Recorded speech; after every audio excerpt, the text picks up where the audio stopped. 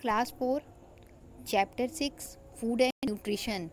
इस चैप्टर में हम कुछ न्यूट्रिएंट्स के बारे में पढ़ चुके थे, जिसमें कार्बोहाइड्रेट देख चुके थे, फैट देख चुके थे, प्रोटीन और मिनरल्स के बारे में देख चुके थे कि ये हमें किन किन खाने में मिलता है, खाने के कौन से फूड आइटम में हमें ये सारे न्यूट्रिएंट्स मिलते हैं और इनका हमारी बॉडी में क्या यूज़ है और इनको हम और किस किस नाम से जानते हैं। इन सभी चीज़ों को हम देख चुके थे।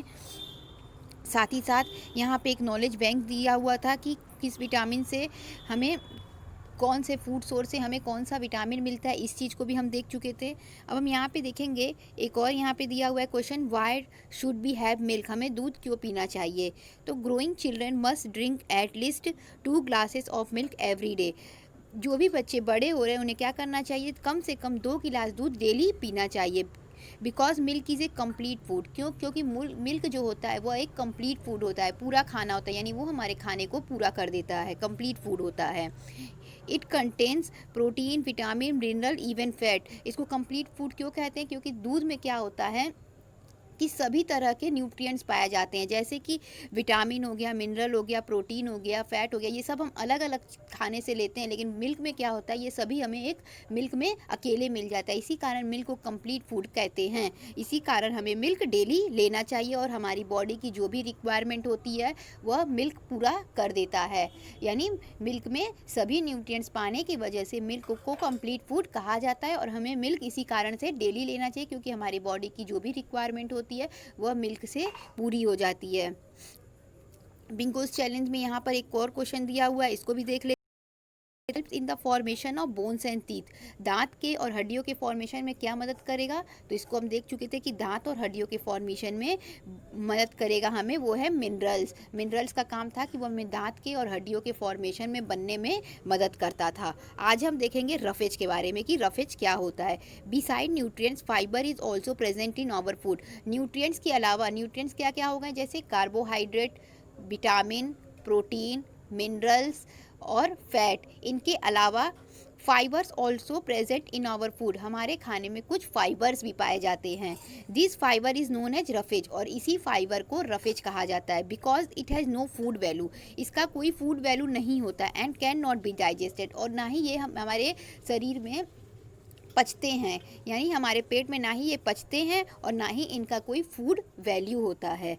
Roughage helps in the proper function of digestive system by removing wastage out of our body. Roughage का क्या होता है, ये हमारे जो पाचन तंत्र होता है, जो हमारा खाना पचने वाला तंत्र होता है, उसमें उसके फंक्शन में मदद करता है। हमारे शरीर से जो भी वेस्टेज निकलते हैं ये उसमें मदद करता है। ये वैसा खाना होता है कि जो हमारे शरीर को साफ़ करने में मदद कर सकता है, कह सकते हैं कि जिसकी वजह से हमारा डाइजेशन अच्छा रहता है और इसकी वजह से हमारे शरीर को साफ़ रखने में मदद करता है। हमारे शरीर से जो भी वेस्टेज निकलते हैं वह इसमें हेल्प करता है।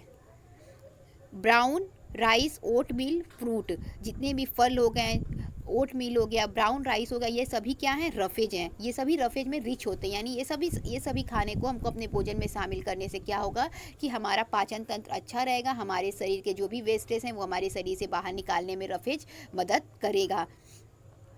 नेक्स्ट टॉपिक है अब हमारा वाटर। देख लेते हैं वाटर का क्या यूज़ है हमारे शरीर में। Water is very essential for proper functioning of our body. हमारे शरीर को सही तरीके से काम करने के लिए वाटर बहुत ज़्यादा ज़रूरी है। We should drink 2 to 3 litre of water every day. हमें कम से कम 2 से 3 ग्लास पानी डेली पीना चाहिए।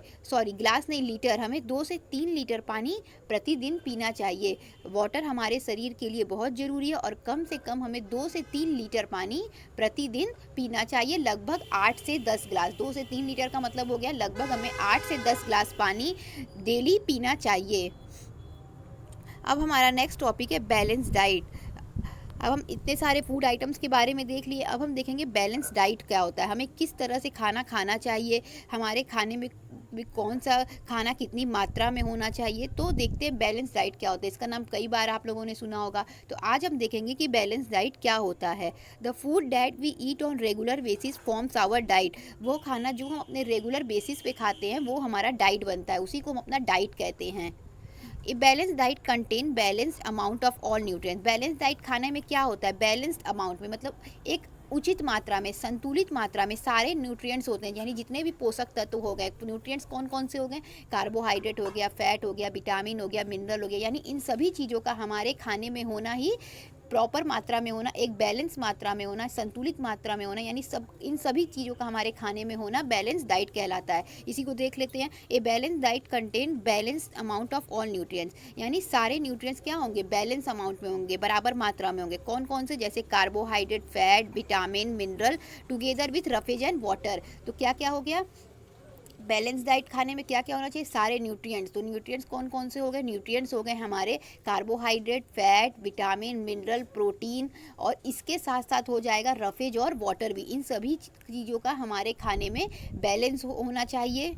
We need to take a balance diet for healthy growth and development of our body. हमें क्या करना चाहिए? हमें हेल्दी खाना खाना चाहिए हमारे शरीर के अच्छे ग्रोथ होने के लिए और अच्छा डेवलपमेंट होने के लिए। ईटिंग टू मच और little of any nutrient can cause disease. हमें कोई भी डिजीज़ होने के चांसेस बढ़ जाएंगे यदि हम कोई भी न्यूट्रिएंट्स को बहुत ज़्यादा मात्रा में ले लें या किसी न्यूट्रिएंट्स को बहुत कम मात्रा में ले लें। इसीलिए हम बैलेंस डाइट खाना लेते हैं कि हम अपने जितने भी न्यूट्रिएंट्स हैं उनको बराबर मात्रा में लें। ऐसा ना हो हम खूब ज़्यादा प्रोटीन ले लें तो कार्बोहाइड्रेट की कमी कर दें, ऐसा ना हो हम फैट वाली चीज़ें खूब ज़्यादा खा लें तो मिनरल्स की चीज़ों की कमी कर दें। तो इससे क्या होगा? जब मिनरल्स कम करेंगे तो हमारे बोन्स और टीथ पे इफेक्ट पड़ेगा, तो ये बीमारी होने के चांसेस बढ़ जाएंगे। इसीलिए कहा जाता है बैलेंस डाइट खाना खाने का। बैलेंस डाइट खाना खाने का सिर्फ यही मतलब है कि जो भी हमारा खाना, उसमें जो भी न्यूट्रिएंट्स हो हमारे खाने में, चाहे वो कार्बोहाइड्रेट हो, फैट हो, विटामिन हो, मिनरल्स हो, वाटर हो, रफेज हो, सब बैलेंस्ड हो। मतलब ये सभी चीज़ें हमारे खाने में शामिल हो। सिर्फ ऐसा ना हो कि हम फैट ही खा रहे हैं, सिर्फ ऐसा ना हो कि हम कार्बोहाइड्रेट का इस्तेमाल कर रहे हैं, तो ये बैलेंस डाइट खाना नहीं कहलाएगा। यानी हमारे खाने में प्रत्येक न्यूट्रिएंट्स बराबर मात्रा में होना चाहिए, इसी को बैलेंस डाइट कहते हैं। और ये काफ़ी इंपॉर्टेंट भी होता है कि बैलेंस डाइट क्या होता है। तो उम्मीद करते हैं कि आप सभी को बैलेंस डाइट अच्छे तरीके से समझ में आ गया होगा। Thank you.